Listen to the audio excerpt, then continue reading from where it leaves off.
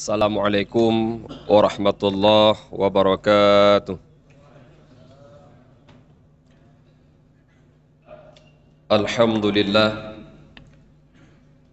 Alhamdulillahilladzi ja'ala syahra ramadhana sayyidina syuhur wa anzala al-Qur'ana kama anzala fihi at-Taurata wal Injila wal Zabur wa fataha fihi abwabal jinan wa hayya'a ma fiha minan na'im wal wildani wal qusur wa a'addaha likulli musyrikin wa kafur. Faqala Allah ta'ala fil Qur'anil Karim, a'udzu billahi minasy syaithanir rajim, bismillahirrahmanirrahim. Ya ayyuhalladzina amanu kutiba 'alaikumus shiyam kama kutiba 'alal ladzina min qablikum la'allakum tattaqun. Shadaqallahul azim wa sadaqa rasuluhun nabiyyul karim wa nahnu ala zalika minasyahidin wa syakirin, amma ba'du. Salam ta'zim kemuliaan yang sama-sama kita muliakan kepada guru kita bersama Abu Munsyi Masjid. Salam ta'zim kemuliaan kepada seluruh pengurus masjid. Salam ta'zim kemuliaan yang teristimewa kepada seluruh sidang salat Isya, tarawih dan witir yang dimuliakan Allah Subhanahu wa taala. Ma'asyiral muslimin rahimakumullah. Salah satu rukun Islam yaitu puasa pada bulan suci Ramadan. Dan tanpa terasa pada malam yang berbahagia ini kita hampir sudah berada di pertengahan Ramadan. Artinya tidak lama lagi Ramadan akan kembali dan kita akan ditinggalkan oleh bulan suci Ramadan. Maka dalam kesempatan yang singkat ini, marilah kita melihat sejenak ibadat puasa yang telah kita kerjakan. Adakah puasa tersebut memberi faedah untuk kita, baik di dunia sampai ke akhirat? Ataupun ibadat puasa yang kita kerjakan cuma sebatas untuk menghilangkan gugur kewajiban yang telah Allah anjurkan, yang Allah telah perintahkan kepada kita. Untuk kita lihat ibadat puasa kita adakah bermanfaat ataupun tidak. Allah Subhanahu wa taala memberikan gambaran kepada orang-orang yang berpuasa. Di dalam Al-Quran, Allah Subhanahu wa ta'ala berfirman, Bismillahirrahmanirrahim. Ya ayyuhalladzina amanu kutiba 'alaikumus shiyam kama kutiba 'alal ladzina min qablikum la'allakum tattaqun. Wahai orang-orang yang beriman, Allah Subhanahu wa ta'ala memerintahkan kewajiban berpuasa untuk kita sebagaimana Allah telah wajibkan di atas orang-orang sebelum kamu, la'allakum tattaqun, pasti kamu menjadi orang yang bertakwa. Jadi salah satu manfaat daripada ibadah puasa Ramadan, Allah memberikan titel takwa kepada orang-orang yang berpuasa. Maka tak hanya takalan tu orangnya lagi ni naumu dekat 20 tahun. Artinya kita sudah 20 tahun berpuasa. 20 tahun kata jak tarawih, 20 tahun kata pajuh tahu, sampai enohatkah kira-kira ada takwa ataupun tidak? Oh, 20 tahun itu waktu yang singkat. Taruhlah hari ini kita berusia 30 tahun. Artinya 30 tahun kita sudah berpuasa. 30 tahun lamanya kita bertemu dengan bulan suci Ramadan. Yang malam kita salat tarawih, kemudian kita makan sahur. Sampai saat ini kira-kira sudah ada takwa ataupun belum? Oh, 30 tahun juga itu waktu yang terlalu singkat. Maaf cakap, kadang na umurnya yang ke 50 tahun. Artinya 50 tahun kata puasa, 50 tahun kata jak tarawih, 50 tahun kata pajuh tahu. Sampai enohatkah menjelang 51 tahun merempat bulan suci Ramadan? Kira-kira sudah adakah takwa pada kita ataupun belum? Seandainya hanya takwa, kira-kira apa yang salah? Apakah ayat Allah itu salah? Han mungkin tak bersalah ayat Allah, karena memang hana salah. Berarti ada yang kurang sesuai dengan aturan kita menjalankan ibadah puasa, sehingga ibadah puasa kita cuma sebatas mengugurkan kewajiban. Puasa ataupun asaum, imsak, bila mana lekno kata puasa tak tundrot, kita menahan daripada makan dan minum, kita menahan daripada berjima, kita menahan memasukkan sesuatu ke dalam rongga terbuka secara sengaja. Seandainya tolak ukur puasa cuma menahan apa je bu hana JP, mungkin jangankan tayo yang dewasa, anu mid yang mentang SD diiming-iming hadiah oleh hurung syiahnya, ikata menyu habis tak puasa manti bulan urang raya tengah ayah beliau baju baru leh pasang, sehingga yakin anu mid di puasa padahal umur kadang baru 8 tahun.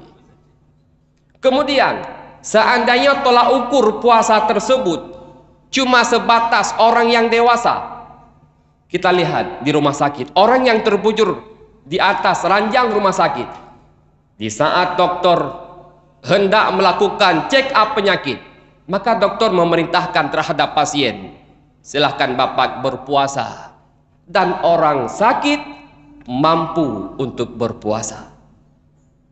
Namun yang susah, yang perlu kita jaga, bukan cuma sekedar kita menahan daripada makan dan minum, bukan cuma sekedar kita menahan daripada tidak memasukkan sesuatu ke dalam rongga terbuka, namun hal yang perlu kita jaga yaitu hal-hal yang bisa membatalkan pahala puasa.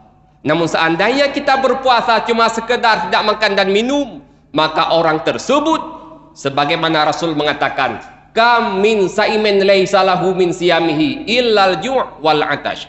Kebanyakan orang yang berpuasa namun yang mereka dapatkan cuma lapar dan dahaga. Artinya pahala tidak memperoleh. Kenapa? Karena puasa cuma sekedar menahan daripada makan dan minum. Padahal di sisi lain, as-saumu junnah, puasa itu seperti perisai. Apa manfaatnya perisai? Perisai itu digunakan oleh orang yang hendak berperang, yang tujuan memakai perisai supaya mereka bisa terhalang daripada lawan, bisa terhalang daripada senjata lawan. Begitu pula Ramadan setidaknya menjadi perisai untuk kita, bisa menghalangi seluruh anggota kita, terhalang pandangan kita untuk melihat hal-hal yang haram, terhalang telinga kita untuk mendengar hal-hal yang haram, terhalang kaki kita untuk melangkah kepada tempat-tempat yang haram. Maka seandainya kita berpuasa seperti ini, maka kita termasuk golongan yang Allah janjikan, la'allakum tattaqun, pasti kamu menjadi orang yang bertakwa. Ma'asyiral muslimin rahimakumullah. Kemudian di dalam ibadat puasa yang perlu kita jaga, yang perlu kita ketahui, ada 5 perkara yang seandainya kita tidak pelihara 5 perkara tersebut, maka ibadat puasa kita akan sia-sia. Apa 5 perkara tersebut? Khamsatun tuhbitu sauma, 5 perkara yang bisa membatalkan pahala puasa. Yang pertama, al-kadzib, dusta. Tak semungut dalam bulan Ramadan, kita berbohong dalam bulan suci Ramadan, maka dengan hal itu bisa membatalkan pahala puasa. Kemudian yang bisa membatalkan pahala puasa yaitu ghibah, mupat. Maka orang yang berghibah dalam bulan suci Ramadan, pahala yang kita lakukan Allah akan berikan kepada orang yang kita upat. Maka inilah termasuk orang-orang yang rugi. Sehingga pada suatu hari Rasulullah menanyakan kepada sahabat, ya sahabat, atadruna minal muflis, adakah engkau ketahui siapa itu orang-orang rugi? Adakah engkau mengenal siapa itu orang-orang bangkrut? Maka berbagai macam versi jawaban sahabat. Ya Rasul, al-muflis ma la lahu dinar wala mata. Orang rugi, orang bangkrut, itulah orang-orang yang tidak punya harta benda, orang-orang yang tidak punya pangkat dan jabatan.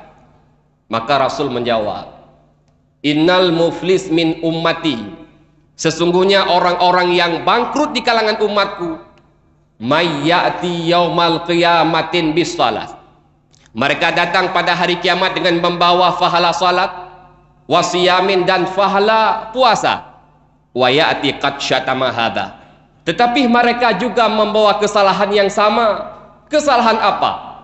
Semasa hidup di dalam dunia mereka pernah menghibah orang lain, mereka pernah membunuh orang lain. Maka ibadat puasa yang kita kerjakan, Allah akan memberikan kepada orang yang kita ubat. Maka tinggal hurududau dia terkepak, ya Allah, di saat Allah memberikan fahala umrah kepada kita, ya Allah, semasa hidup di dalam dunia saya tidak pernah umrah. Allah mengatakan ini adalah fahala umrah yang orang lakukan tersebut melakukan upat terhadap kamu. Maka tinggal hurududau dia terkepak, ya Allah, ini fahala kurban saya tidak pernah melakukan kurban semasa hidup di dalam dunia, saya orang miskin, ya Allah. Allah mengatakan itu fahala kurban orang yang mengupat kepada kamu. Maka bila mana kita ghibah dalam bulan suci Ramadan, maka hal itu bisa membatalkan fahala puasa. Itu yang kedua. Yang ketiga, yang bisa menghilangkan fahala puasa yaitu wan nadru bi syahwatin, memandang sesuatu dengan syahwat. Memandang sesuatu dengan syahwat, memandang lawan jenis dengan syahwat, maka dengan pandangan tersebut juga akan menghilangkan fahala puasa. Maka disitulah mata kita menjadi junnah, menjadi penghalang supaya tidak melihat hal-hal yang bisa membatalkan fahala puasa.